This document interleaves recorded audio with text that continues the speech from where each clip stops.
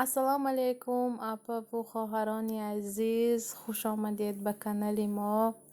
چون سلام که کردیم به شما سلامتی خواهان هستیم. از همه تان منت دارم که ویدیوهای ما را تا آخر تماشا میکنید، کامنتاری های خوب می نویسید. از همه تان یک جهان تشکر.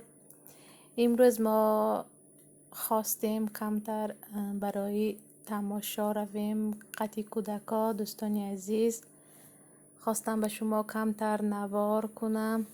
از نام ویدیو فهمیدید که گپ درباره چی رفته ایستاده است. از من به شما همش را میگویم تا آخری ویدیو با ما باشید. امیدوارم که به شما معقول می شود.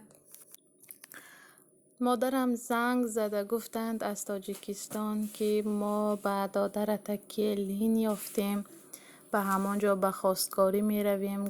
گفتند من امروز دادرم و شوهرم را گرفته به مگزین طلا رفتیم و کمتر به شما نوار می کنم.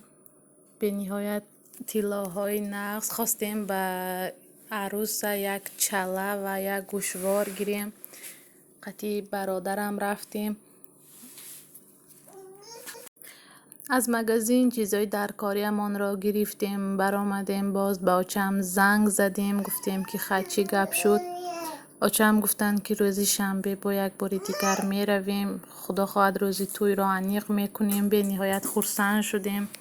در اینجا باشد من یک چیز تیار می کنم. در اینجا 2 تا تخم، 2 قاشق سمیتان، 1 تا پیاز، کمتر اوکراپ، آرد و ساده همراه کردم. حاضر خوش رو آمیخته می کنم و در افغان پخته می گیرم. امیدوارم که ویدیوی ما به شما معقول شد. این ریسیپت را همه شما می دانید. این زفترکی به نهایت آسان است. من بسیار از همین تیار می کنم و خواستم به شما نوار کردن نشان دهم. به همه شما اشتهای نقص خواهان هستم.